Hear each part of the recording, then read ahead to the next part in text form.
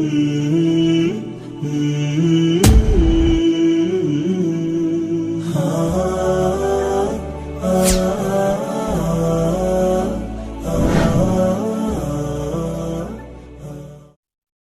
minasyaitonirrajim. Bismillahirrahmanirrahim. Astaghfirullahaladzim, astaghfirullahaladzim, astaghfirullahaladzim. Allahumma salli ala sayyidina Muhammadin wa ala alihi wa sahbihi ajma'in. Assalamualaikum warahmatullahi wabarakatuh. Bismillahi alhamdulillah. Alhamdulillahilladzi khalaqal mauta wal hayata liyabluwakum ayyukum ahsanu amala wa huwal azizul ghafur. Alhamdulillahilladzi ahyana ba'da ma amatana wa ilayhin nusur. Allahumma bika asbahna wa bika amsayna wa bika nahya wa bika namutu wa ilaykan nusur. Asbahna ala fitratil Islam wa kalimatil ikhlas wa ala dinin nabiyyina Muhammadin sallallahu alaihi wasallam wa ala alihi wa sahbihi wa man tabi'ahum bi ihsanin ila yaumiddin, amma ba'd. Para jamaah salat subuh Masjid Asy-Syifa yang sama-sama dirahmati dan dimuliakan Allah, bersyukur pada Allah, subuh yang penuh dengan kemuliaan ini, penuh dengan keberkahan ini, Allah izinkan kita tetap berada di atas jalan ketaatan ini. Satu di antara tandanya kita mampu melaksanakan suatu kewajiban yang diperintahkan Allah Subhanahu wa taala, yaitu melaksanakan salat subuh secara berjamaah di masjid. Mudah-mudahan Allah limpahkan keistiqomahan ini sampai ajal menjemput kita insyaallah. Amin ya rabbal alamin. Salawat dan salam semoga terlimpah curah kepada Nabiullah Muhammad sallallahu alaihi wasallam beserta keluarganya, sahabatnya dan orang-orang yang tetap istiqamah hingga yaumil qiyamah.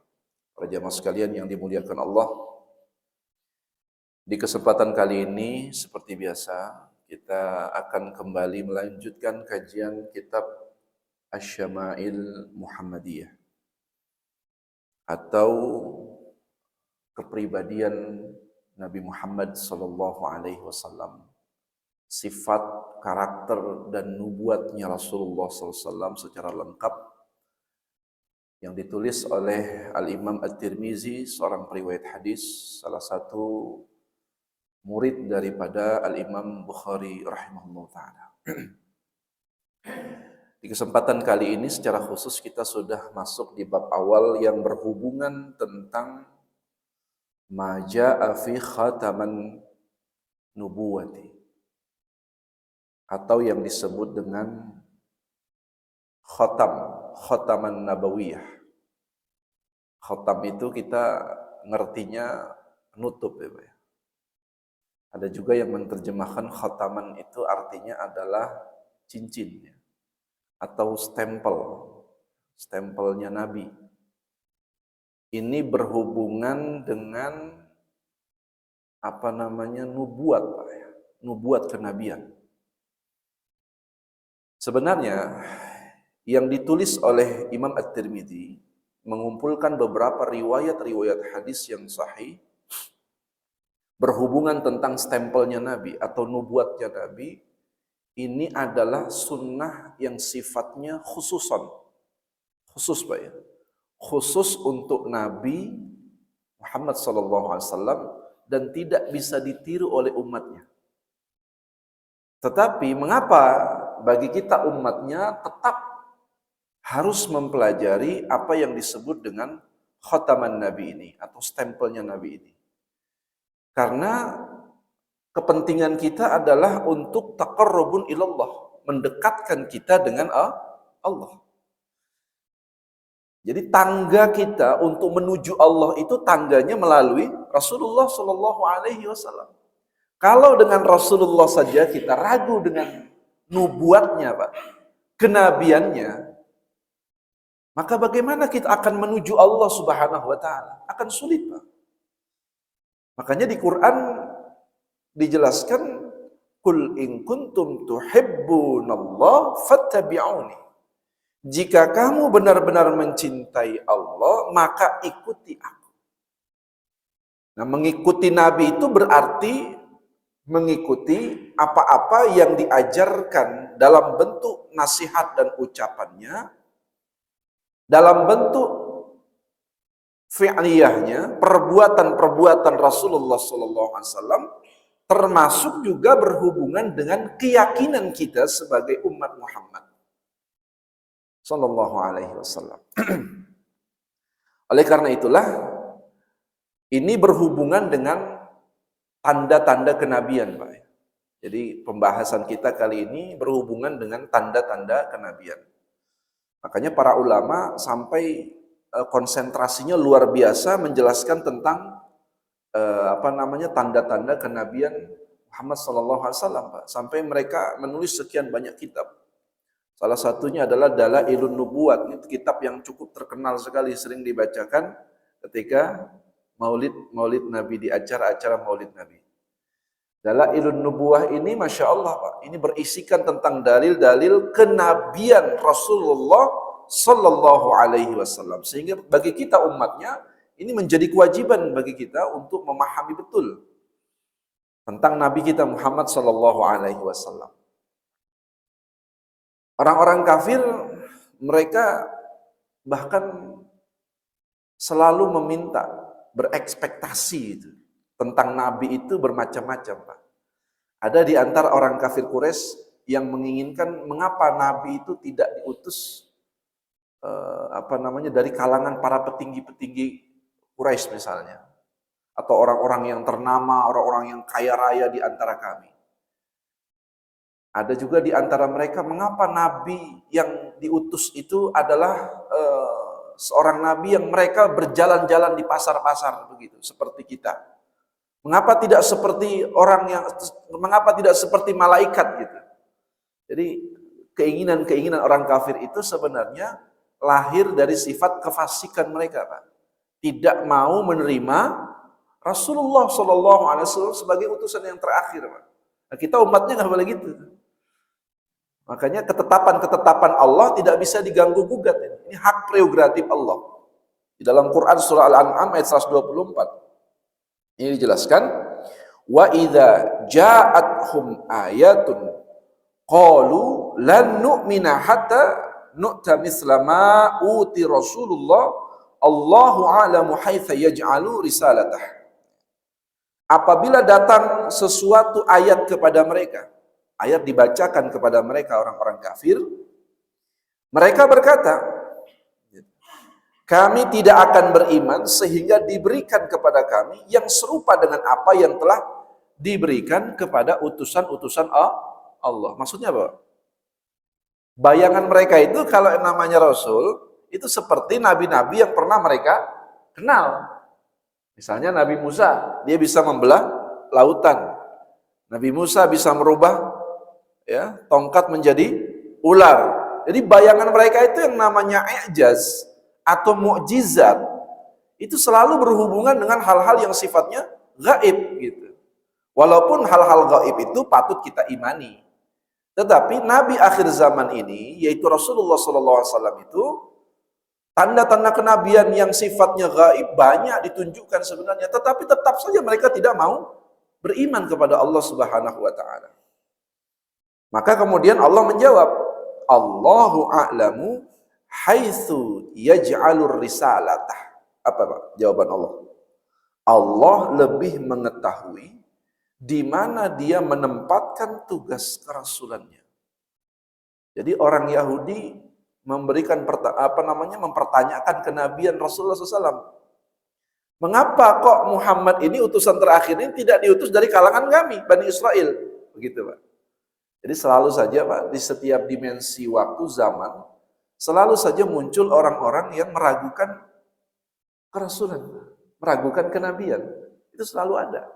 Baik yang berjumpa langsung dengan Nabi atau yang rentangnya jauh, seperti kita ini. Selalu saja mempertanyakan. Gak usah jauh-jauh lah ya. Sekarang anak-anak umur 18 tahun, 21 tahun Pak. Mereka yang tergabung dengan sekian banyak komunitas-komunitas anti Tuhan, ada Pak. Komunitas anti Tuhan itu ada sekarang di Indonesia. Dan mereka terang-terangan itu mengkampanyekan itu di media sosial. Bahkan saya sendiri pernah itu di inbox sama di Facebook itu. anak muda, saya tanya umur berapa kamu? Masih umur 19 tahun, 20 tahun, Pak. Tapi sudah berani mendebat tentang kerasulan, berani mendebat tentang hal-hal yang bersifat keilahian gitu. Hal-hal yang bersifat teologi. Ustadz nggak yakin kan sebenarnya Allah itu ada, coba. Tahu dari mana dia? Saya nggak yakin ya. Ustadz sebenarnya juga nggak yakin kan kalau hari kiamat itu bakalan datang. Itu terang-terangan berani Pak menantang begitu. Sampai saya kasihan gitu lihat-lihat. Saya tanya umur berapa kamu? Saya masih 20 tahun katanya. Cuma umur 20 tahun begitu Pak. Ini pengalaman udah 3 kali saya terinfo.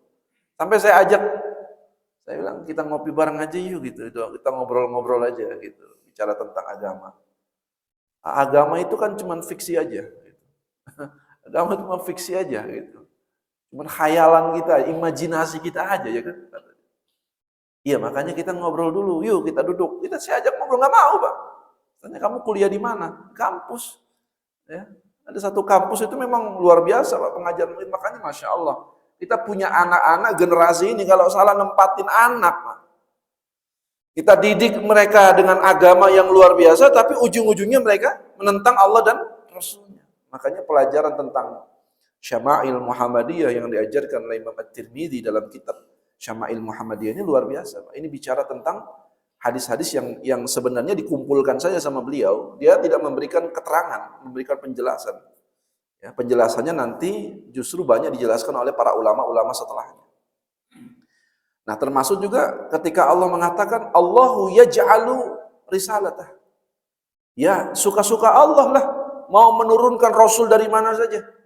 Mau dari kalangan Bani Israel Bani Israel, atau dari kalangan bukan dari Bani Israel, mau dari kalangan Arab mau di kalangan non-Arab itu hak Allah.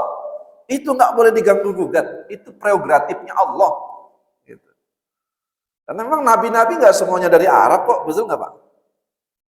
Nggak semuanya nabi dari Arab kan?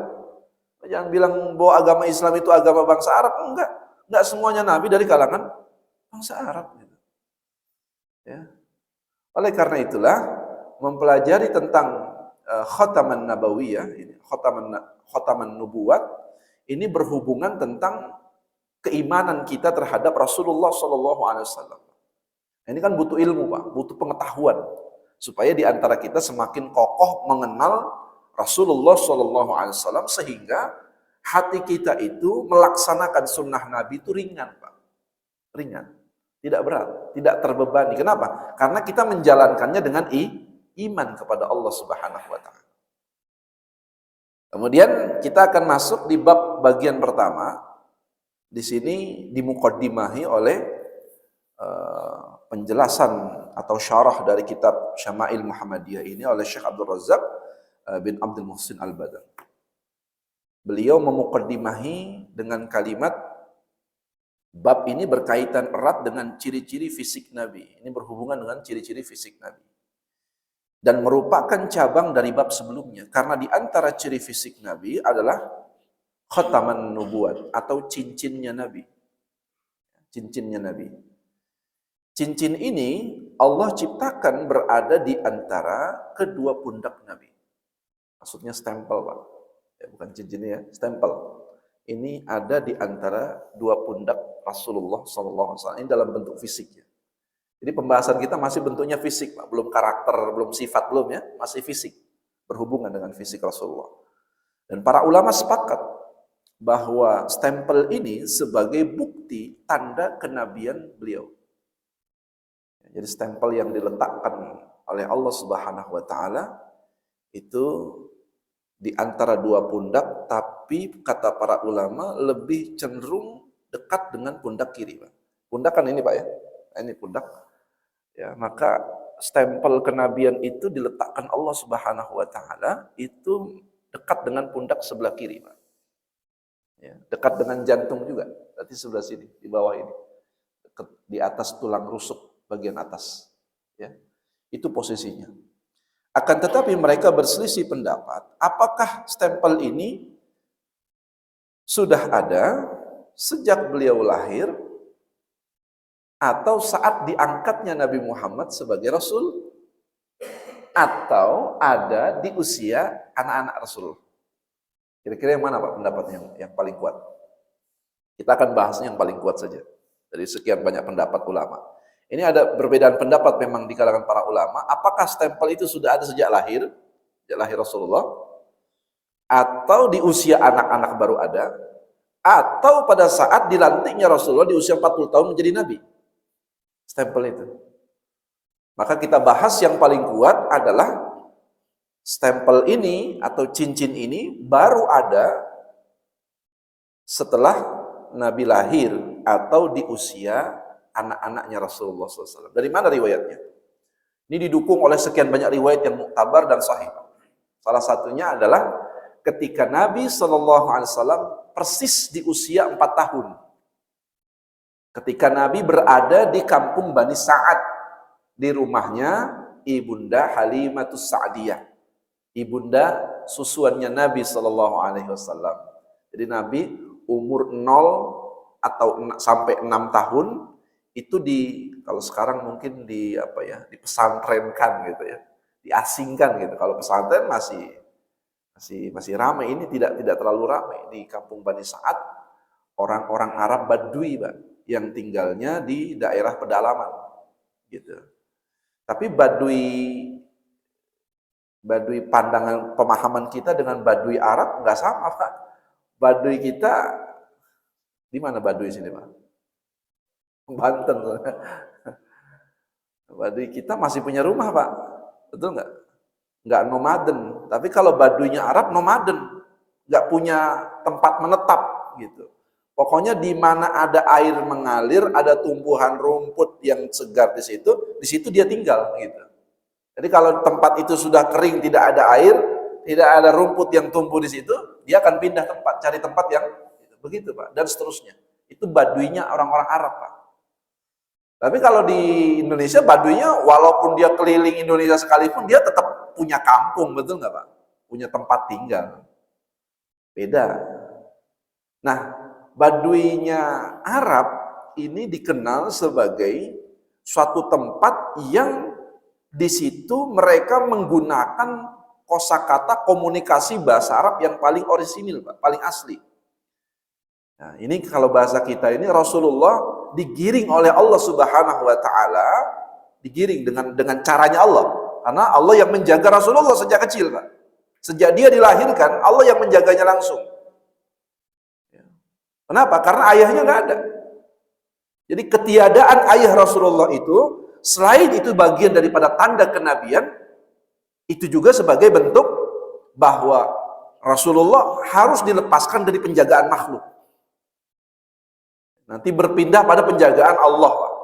Maka cara Allah untuk menggiring Rasulullah, Nabi, pemimpin akhir zaman ini, itu dengan cara digiring dengan berbagai macam permasalahan yang ada di Mekah itu, dari mulai air susu ibunda Rasul yang tidak keluar, macam-macam ya.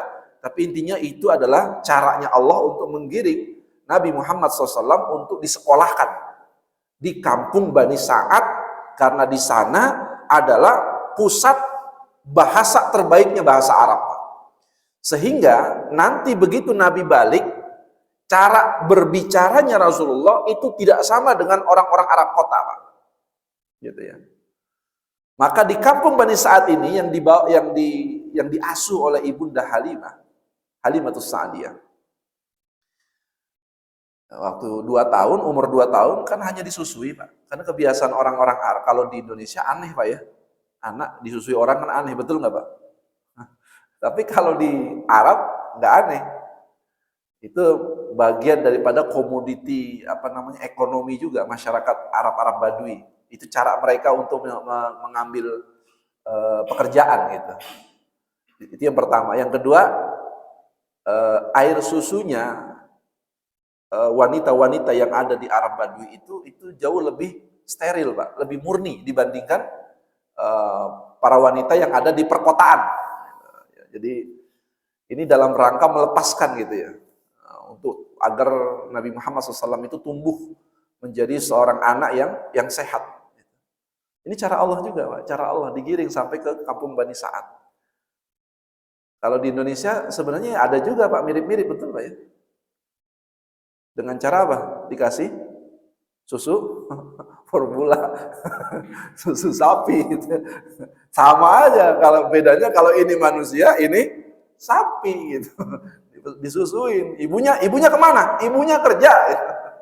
Kalau di Arab disusukan itu karena air susunya tidak keluar. Kalau di Indonesia air susunya keluar, cuman nggak tahu kemana itu emaknya gitu.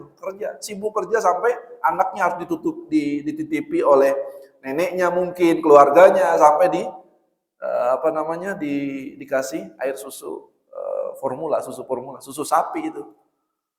Mending mana Pak, susu ibu yang masih steril atau susu sapi? Tapi budaya itu sudah lambat laun sudah hilang, karena itu akan merusak ini juga, merusak nasab ya, merusak nasab. Karena satu ibu persusuan itu haram untuk dinikahi, kan begitu? Itu akan merusak nasab juga. Baik, di usia 2 tahun dikembalikan ke siapa? Aminah. Rasulullah dikembalikan ke Aminah. Tapi hati Halimah sudah terlanjur cinta luar biasa pada anak yang bernama Muhammad SAW. Maka Halimah membujuk tapi tidak diizinkan oleh ibunya. Kemudian berapa hari kemudian ternyata di Mekah itu muncul banyak penyakit. Untuk menyelamatkan Rasulullah SAW, maka Rasulullah dibawa lagi Pak oleh Halimah sampai nanti usia 4 tahun sampai 5 tahun, antara 4-5 tahun. Nah, disitulah para jamaah sekalian terjadi sebuah peristiwa yang cukup besar di kampung Bani Sa'ad itu. Peristiwa apa Pak? Peristiwa apa Pak? Pembelahan dada Rasulullah pertama. Rasulullah bersama kawannya lagi membala kambing. Jadi Rasulullah pekerjaan hari-hariannya waktu umur 4 tahun, 5 tahun tuh udah membala kambing Pak. Calon pemimpin itu mesti membala kambing, betul nggak? Bukan membala bebek Pak ya, membala kambing. Betul, ini membala kambing ini konsep kepemimpinan loh Pak. Pelatihan kepemimpinan itu membala kambing, betulan.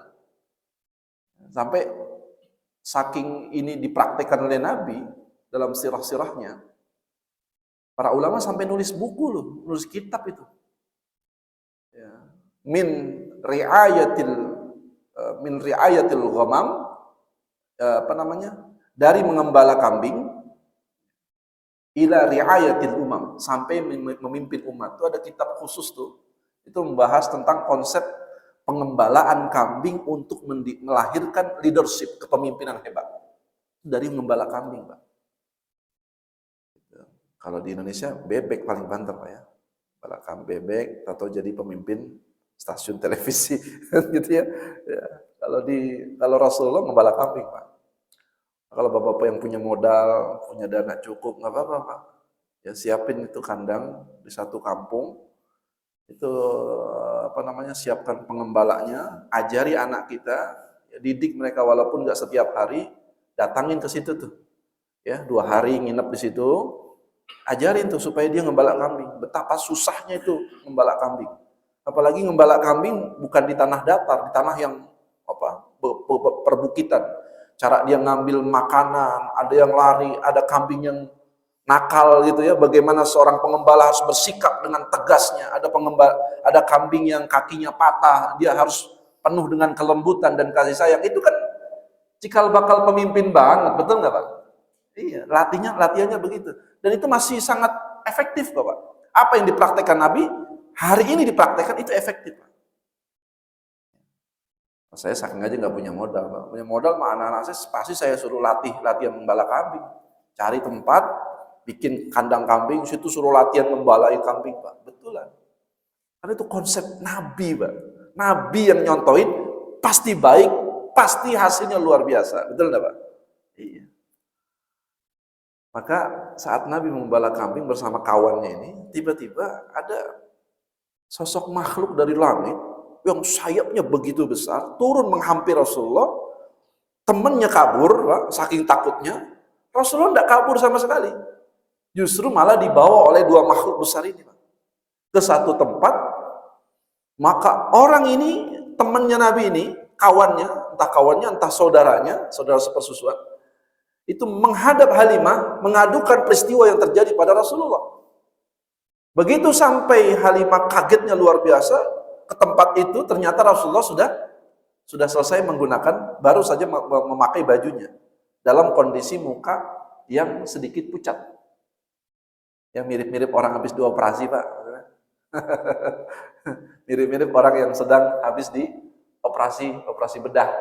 Nah, itu Rasulullah. Ternyata yang turun adalah malaikat Jibril dan malaikat yang memang spesialis ahli bedah tuh, berdua tuh. Nah, jadi malaikat ada spesialisnya, Pak. Malaikat ada spesialisnya tuh. Nah, kalau malaikat umumnya yang bagian memanage segala-galanya itu malaikat Jibril.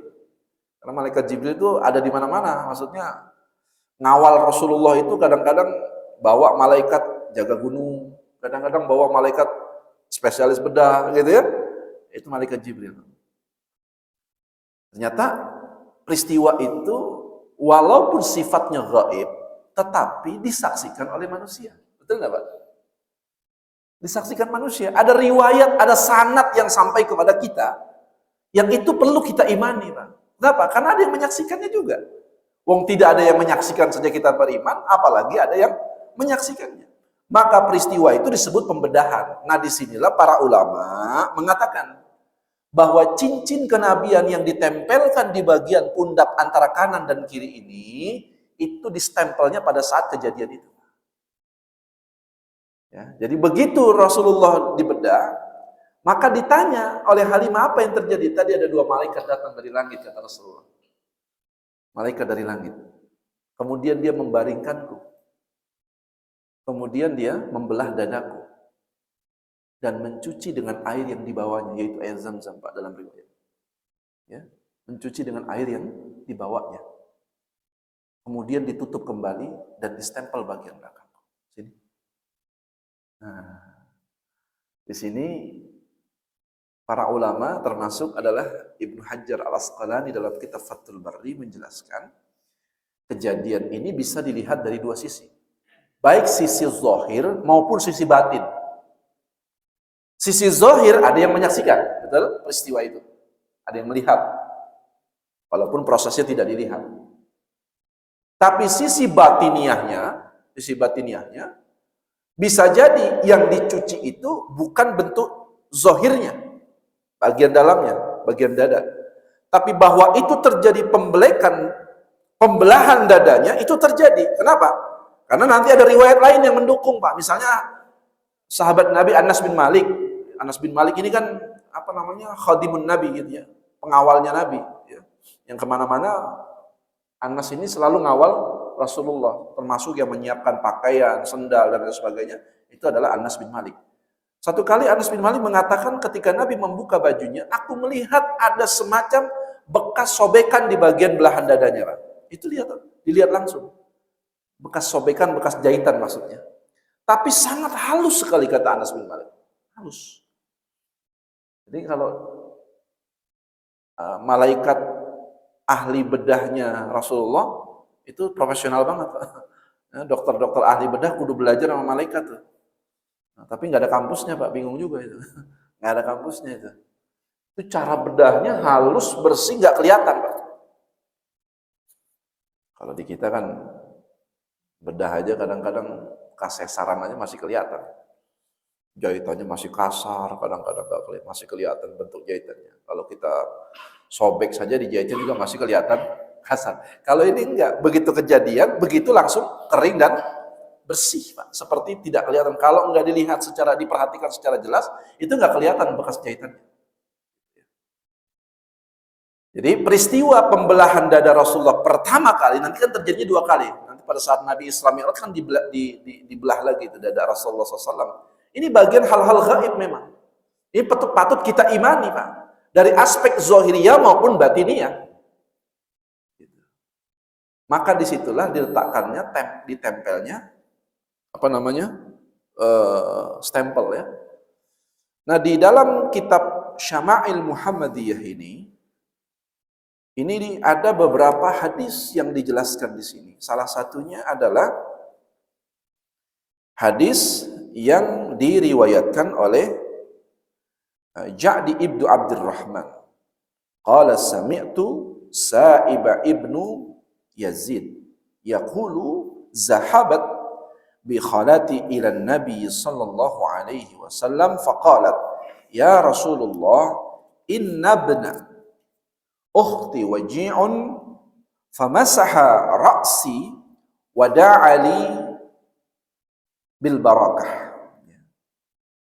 Dari Al-Ja'ad ibnu Abdurrahman, dia berkata, saya mendengar As-Sa'ib bin Yazid berkata, bibiku dari jalur ibu mengajakku menemui Nabi SAW, kemudian berkata, wahai Rasulullah, sesungguhnya keponakanku ini sedang sakit.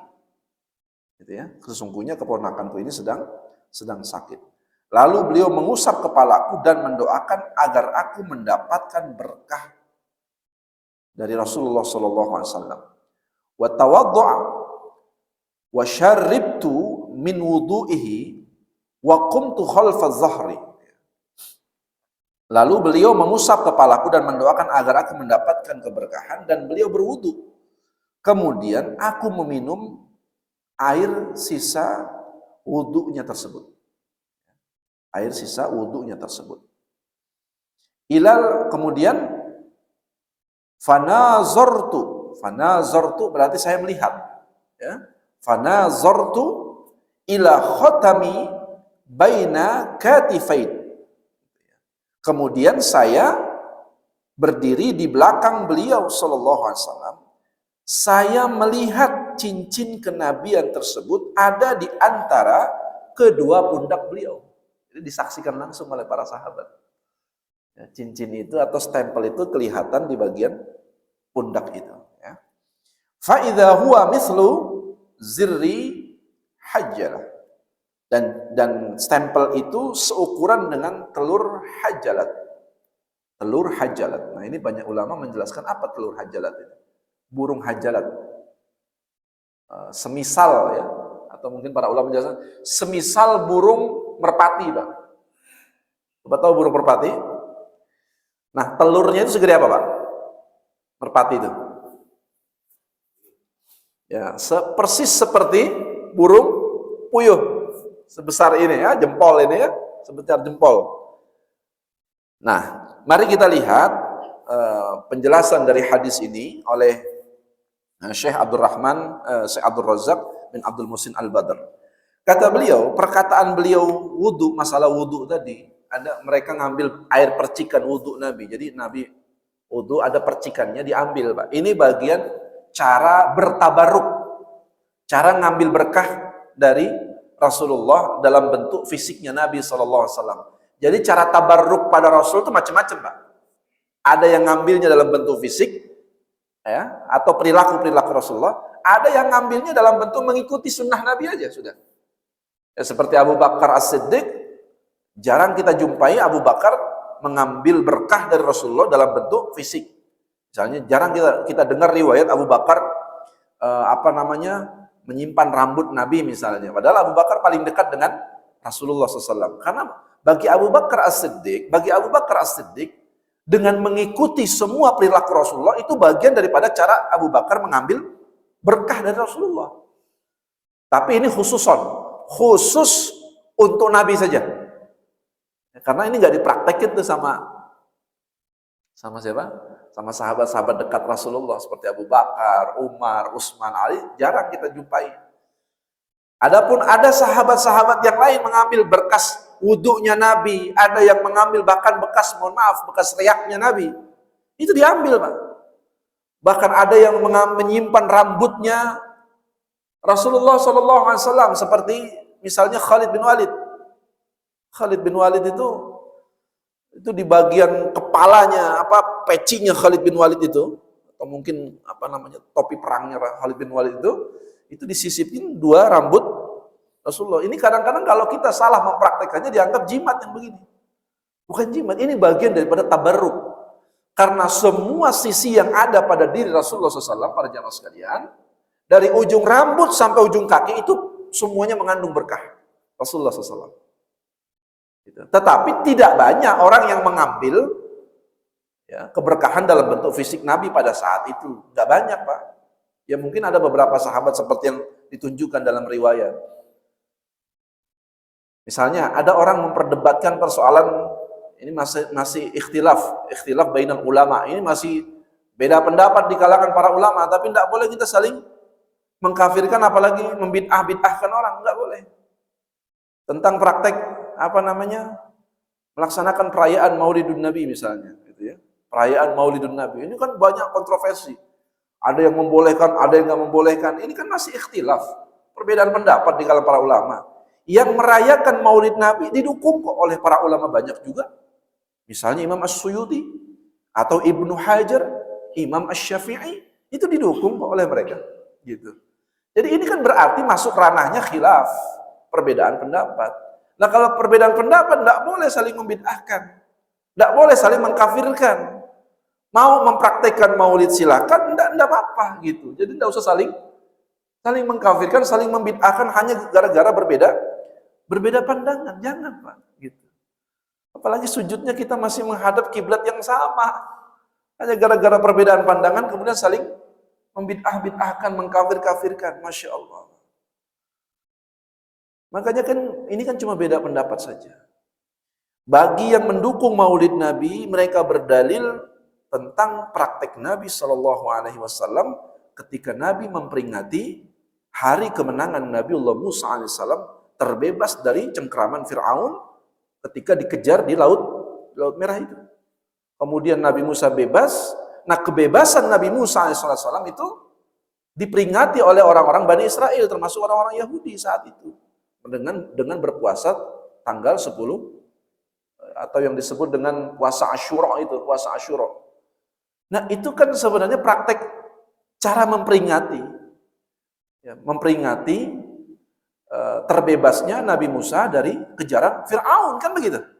Maka begitu Nabi sampai Madinah, ngelihat orang-orang Yahudi sedang mempraktekkan puasa itu, ditanya sama Nabi, sedang merayakan apa? Kan begitu. Saya sedang merayakan hari kebebasan dengan berpuasa. Apa kata Rasulullah? Apa jawab Rasulullah? Sesungguhnya kami muslimin lebih berhak memperingati hari kebebasannya Nabi Musa dibandingkan kalian, kata Rasulullah. Maka mulai saat itu puasa Asyura itu dijadikan sebagai puasa sunnah oleh Rasulullah SAW sebelum muncul puasa wajib Ramadan waktu itu. Jadi dulu sebelum Ramadan itu mereka sudah biasa puasa Asyura, Pak. Belum. Maka kemudian ini menjadi dalil kemudian dimunculkan oleh para ulama-ulama yang mendukung terhadap perayaan Maulid Nabi misalnya. Ya, misalnya Imam Ibnu Hajar mengatakan, sampai Ibnu Hajar berkomentar tentang hadis ini, kalau kebebasan Nabi Musa alaihi salatu wassalam dari kejaran Fir'aun saja diperingati, disyukuri oleh Rasulullah, dikiaskan maksudnya. Apalagi tentang kelahiran Rasulullah sebagai penyelamat alam semesta. Itu lebih pantas, lebih layak untuk diperingati. Ini pendapat Ibnu Hajar, Pak, ya, bukan saya. Ini pendapat Ibnu Hajar. Nah, kemudian bagi orang yang berdalil, oh enggak ada. Para sahabat Nabi enggak mempraktikkan Maulid Nabi.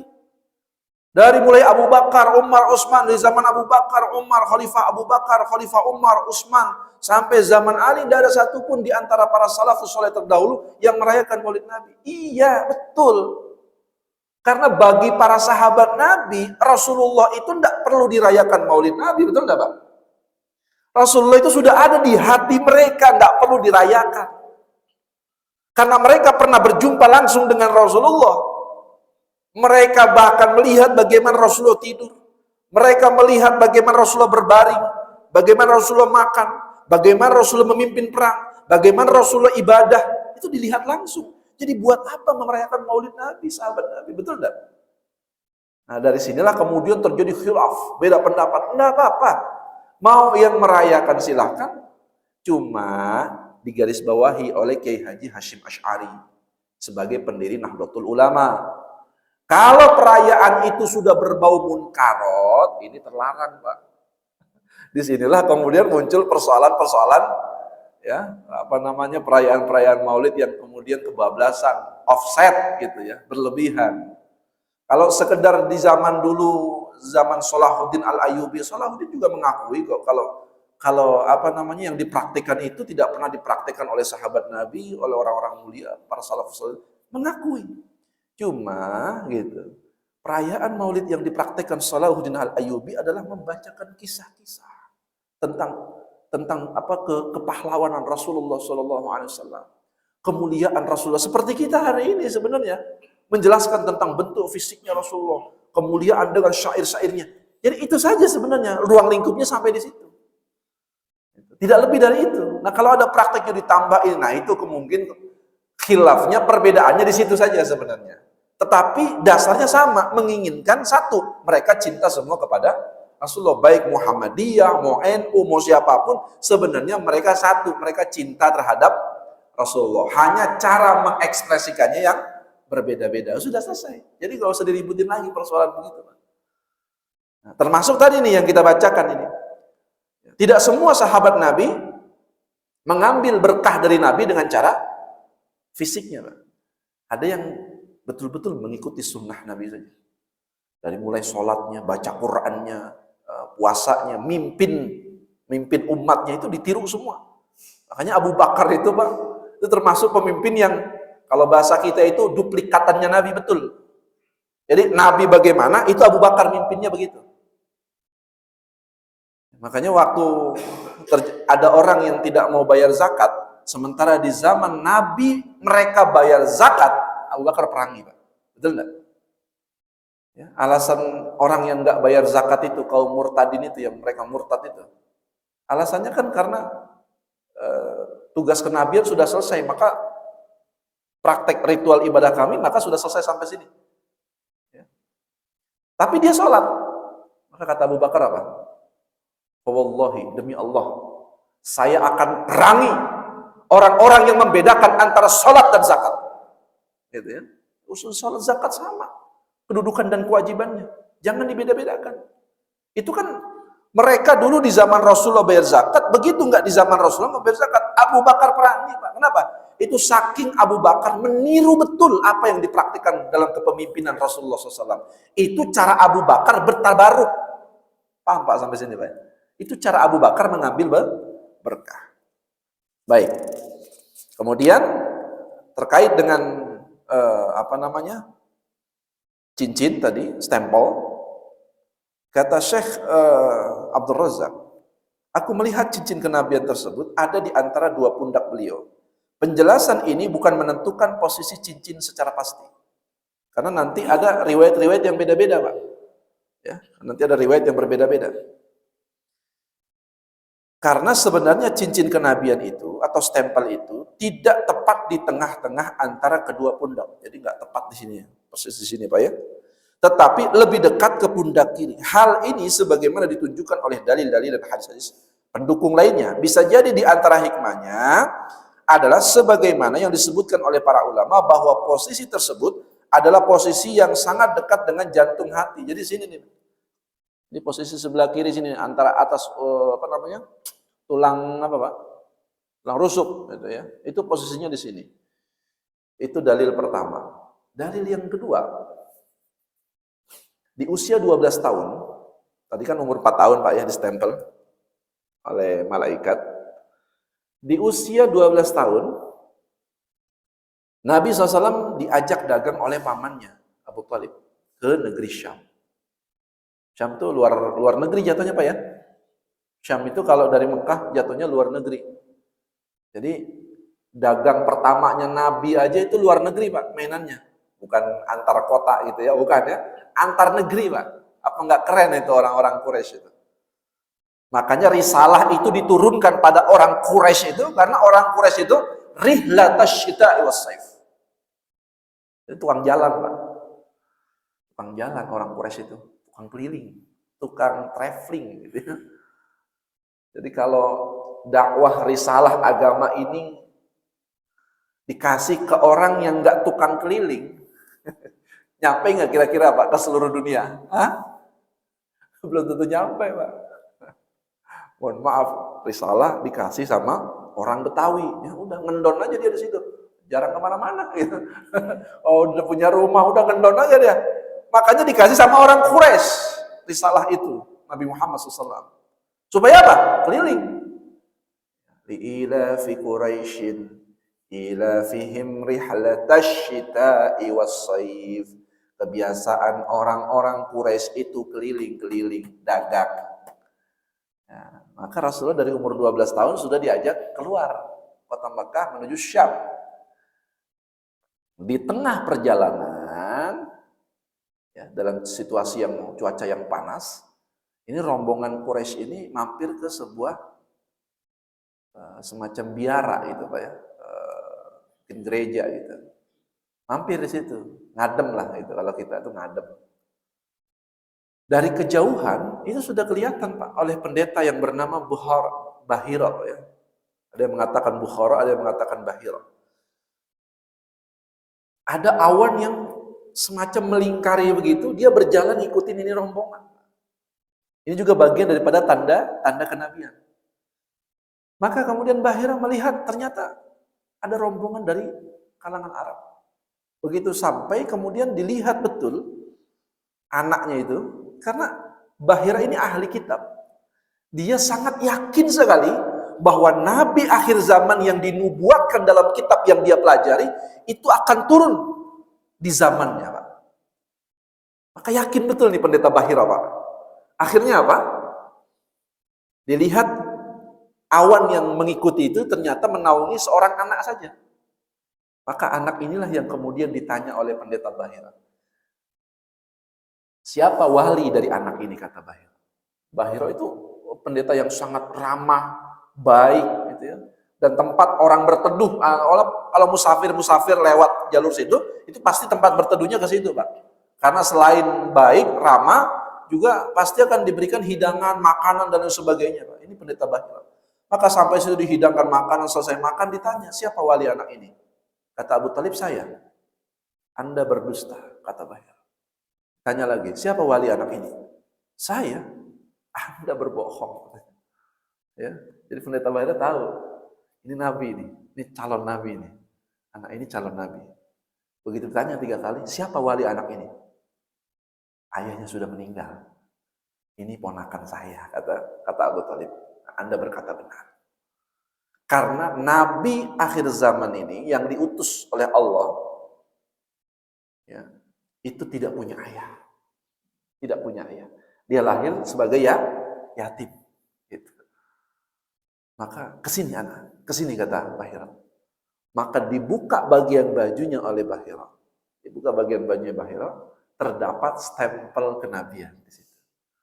Persis kata pendeta Bahira. Apa kata pendeta Bahira? Bawa pulang anak ini. Jangan lanjutin dagangnya. Bawa pulang.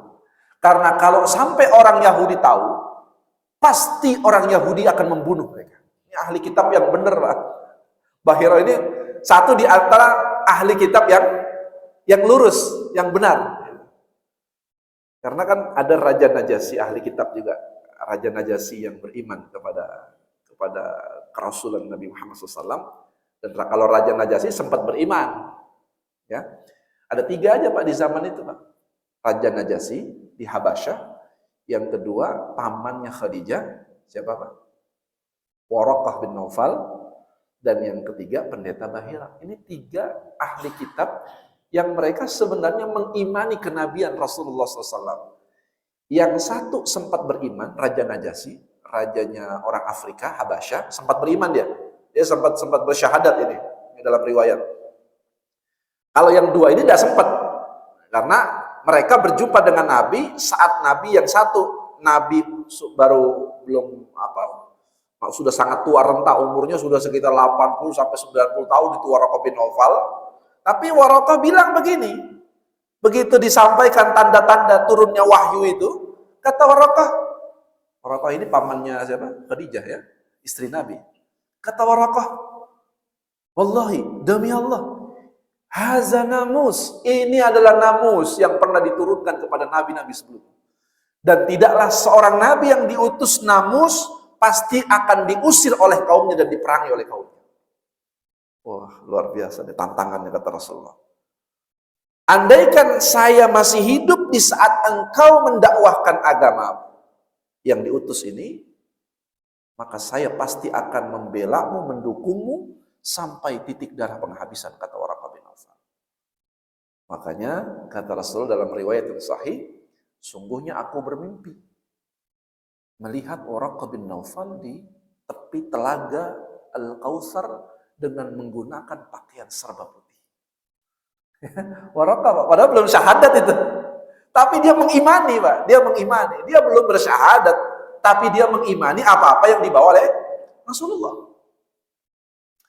Bandingkan dengan pamannya Rasulullah, Abu Thalib. Dia hidup sampai Rasulullah, bahkan mendukung dakwah Rasulullah. Tapi masalahnya, dia tidak meyakini bahwa agama yang dibawa Muhammad itu adalah benar. Jadi keyakinan itu penting apa enggak, Pak? Penting.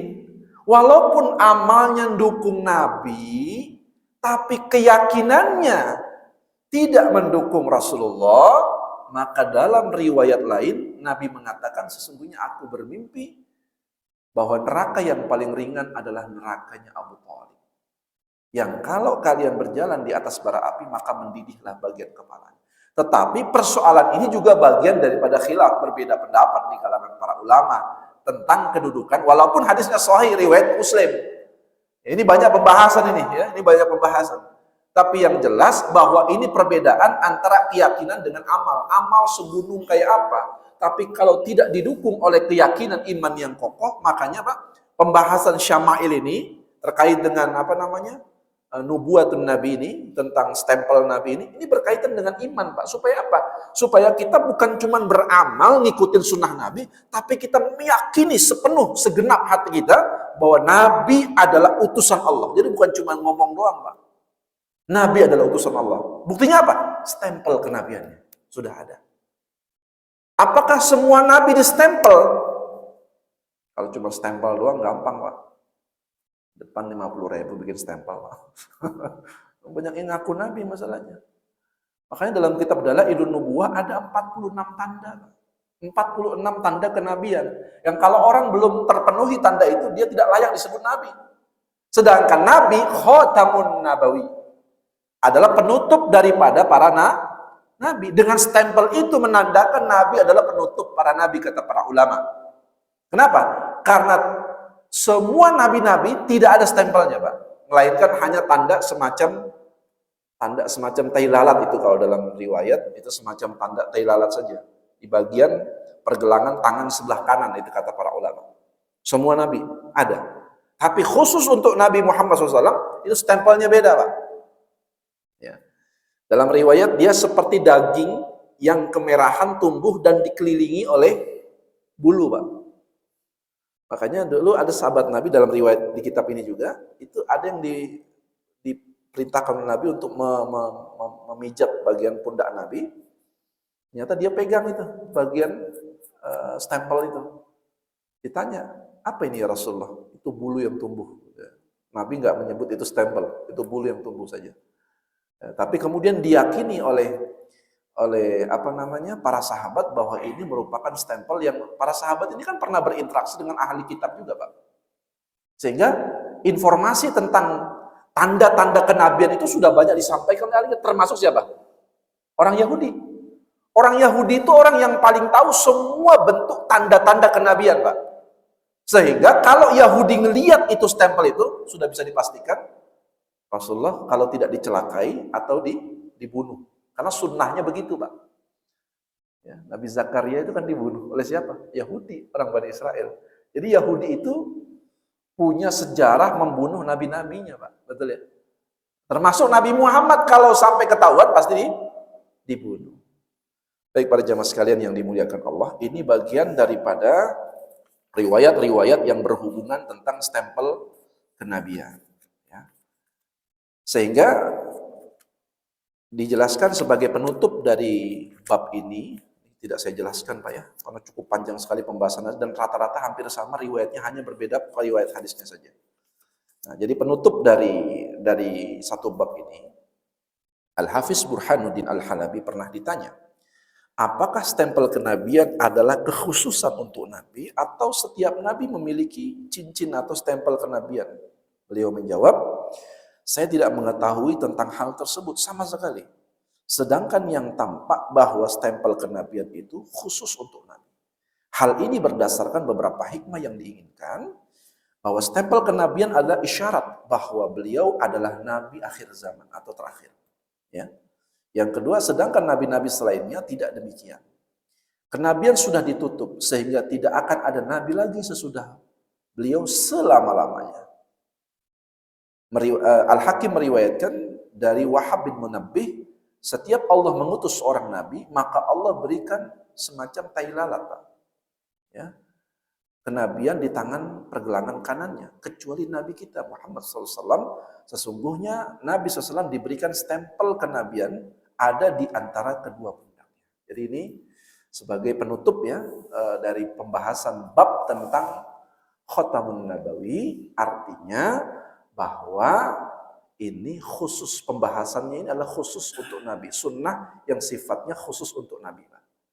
Jadi jangan mengada-ngada, Pak. Jangan pulang dari sini kemudian nyari tukang stempel, terus kemudian mendeklarasikan diri sebagai nabi gitu ya. Jangan mengada-ngada, karena ini stempel khusus untuk nabi. Allahu a'lam bishawab. Itu saja mungkin para jamaah sekalian yang bisa kita kaji pada subuh kali ini. Mudah-mudahan ada manfaatnya. Kurang lebihnya mohon maaf. Sebelum saya tutup, mungkin ada yang mau tanyakan? Tafadhal.